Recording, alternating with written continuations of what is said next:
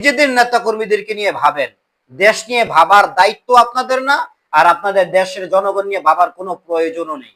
আপনারা দেশের জনগণ নিয়ে ভাববেন তখন যখন দেশের জনগণ আপনাদেরকে ভাবার সুযোগ দিবে। নাহমাদুহু ওয়া নুসাল্লি আলা রাসূলিহিল কারীম, আম্মা বাদ। এই যে দেখতেছেন, এই যে অত্যন্ত সুন্দরভাবে কাজ করতেছে, এরা হচ্ছে চরমনাইয়ের লোক, ইসলামী আন্দোলন বাংলাদেশের লোক। বাংলাদেশে যখন করোনা হয়েছিল, সন্তান বাবার লাশ রেখে পালিয়ে গিয়েছে, মৃত বাবার মায়ের লাশ রেখে সন্তান পালিয়ে গিয়েছে। ঠিক ওই মুহূর্তে এই যে এই লোকেরা বা এই চরমনাইয়ের দলের লোকেরাই ওই ফেলে যাওয়া লাশ দাফন করেছিল। আমারই ক্লাসমেট সাথী ভাই, বাংলাদেশের একজন ভালো বক্তা, মুফতি ফেরদাউস আল আজাদ, আমাদের ফরিদগঞ্জেরই, ওর টিম প্রায় 150-র মতো, আমার সঠিক সংখ্যাটা এখন জানা নাই, দাফন কার্য করেছে। হাবিবুর রহমান মেজবার টিম প্রায় 1000-1200 বা আরো বেশি বা কম লোক দাফন কার্য করেছে। এভাবে সমগ্র বাংলাদেশে চরমনাইয়ের লোকেরা হাজার হাজার এই করোনা কালীন সময়ে করোনা আক্রান্ত রোগীদেরকে, যাদেরকে আত্মীয় স্বজন, সন্তান, বাবা মা, ছেলে মেয়ে ছেড়ে গেছে, তাদেরকে দাফন এরা করেছে। সিলেটে বন্যা হয়েছে, তারপরে ফেনীতে বন্যা হয়েছে, এই দল সবার আগে ত্রাণ দেওয়া শুরু করেছে। একবারে শেষ পর্যন্ত বন্যায় আক্রান্ত, বন্যায় ক্ষতিগ্রস্ত ব্যক্তিদের সাথে এরা ছিল। জুলাই বিপ্লবে শুরু থেকে শেষ পর্যন্ত, এমনকি 5 আগস্টে কারফিউ ভাঙা থেকে ভেঙেছে এরা সর্বপ্রথম, শুরু থেকে শেষ পর্যন্ত এরা ছিল।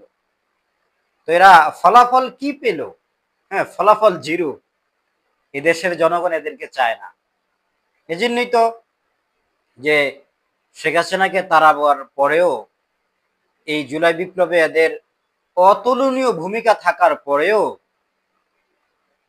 যে নায়েবে আমির, যিনি নিজে স্বয়ং 5 আগস্ট কারফিউ ভেঙেছেন, তিনি এমপি হতে পারেন নাই। তার মানে এটা স্বাভাবিকভাবেই বোঝা যাচ্ছে যে এদেশের মানুষের ব্লাড, রক্তের মধ্যেই হচ্ছে সমস্যা। এদেশের মানুষের রক্তই হচ্ছে দূষিত রক্ত। অতএব চরমনাইয়ের ভাইদেরকে আমি লক্ষ্য করে বলবো, আপনারা যা করতেছেন এটার জন্য সওয়াব পাবেন, সওয়াব অবশ্যই পাবেন। তবে প্রতিটি কাজের ক্ষেত্রেই তো মানুষের দুনিয়াবি এবং উখরবি উদ্দেশ্য থাকে। তো আপনাদের দুনিয়াবি কোনো ফায়দা হবে না, আখেরাতে সওয়াব পাবেন, এই নিয়তে করতে পারেন। আচ্ছা, আমার একটা জিনিস বুঝে আসে না, সেটা হচ্ছে যে বাংলাদেশে যে কোনো ঘটনা ঘটলেই এই চরমনাইওয়ালাদের ভাইদের সবার আগে একবারে পঙ্গপালের মতো ছুটে যেতে হবে কেন? এই বিষয়টা আমার আসলে বুঝে আসে না।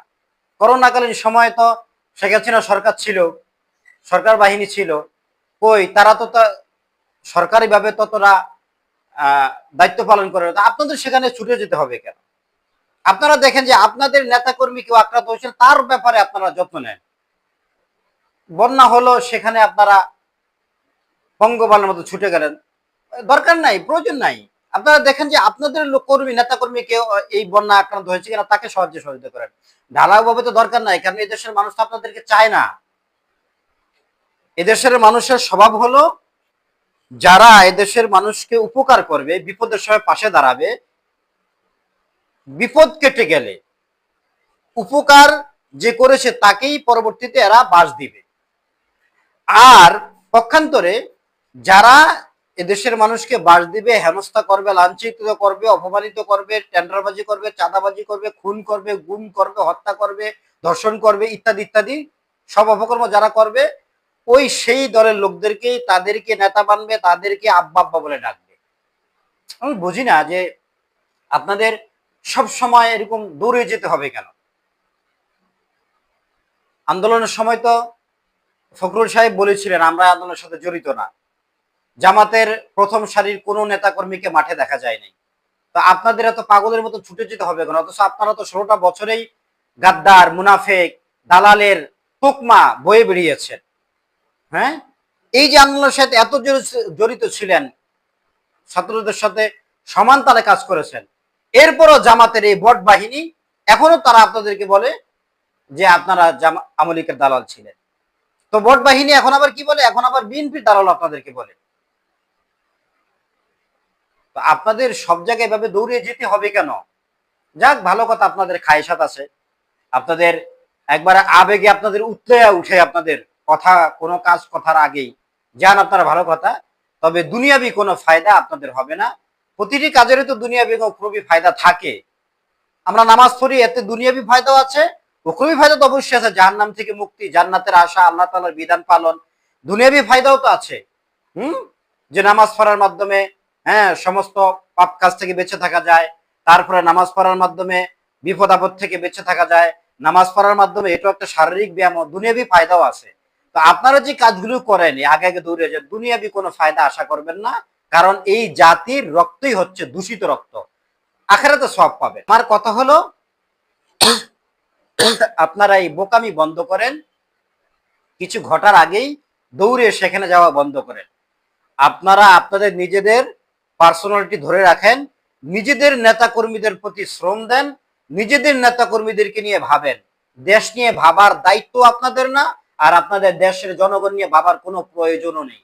আপনারা দেশের জনগণ নিয়ে ভাববেন তখন যখন দেশের জনগণ আপনাদেরকে ভাবার সুযোগ দিবে।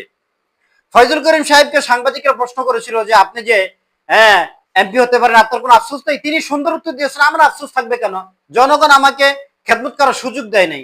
তাহলে এই যে খুলনা ঝাঁপিয়ে পড়লেন, করোনার সময় ঝাঁপিয়ে পড়লেন, বন্যার সময় ঝাঁপিয়ে পড়লেন, আন্দোলনের সময় ঝাঁপিয়ে পড়লেন, এভাবে সব সময় ঝাঁপিয়ে পড়ার পাগলের মতো, উন্মাদের মতন এটা করবেন না।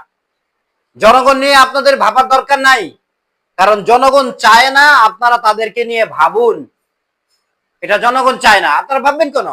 এখন বিএনপি ক্ষমতা আছে, ওরা ভাবুক। বিরোধী দল জামাত বট বাহিনী ওরা আছে, ওরা ভাবুক। আপনারা এত লঙ্গি, মনে হয় তো লঙ্গিও পরনের সময় পান না, লঙ্গি টঙ্গি সব তুই একবারে ল্যাংটা হয়ে দৌড় দেন, দরকার নাই তো আপনাদের। আপনাদের কি কে বলছে তো একবারে ল্যাংটা হয়ে ছুটার জন্য সেদিকে? দরকার নাই। আপনারা আপনাদের নিজেদের নেতা কর্মীকে শক্তিশালী করেন, মজবুত করেন, তাদের পিছনে শ্রম দেন। এই দেশের পাবলিককে নিয়ে আপনাদের ভাবার দরকার নাই।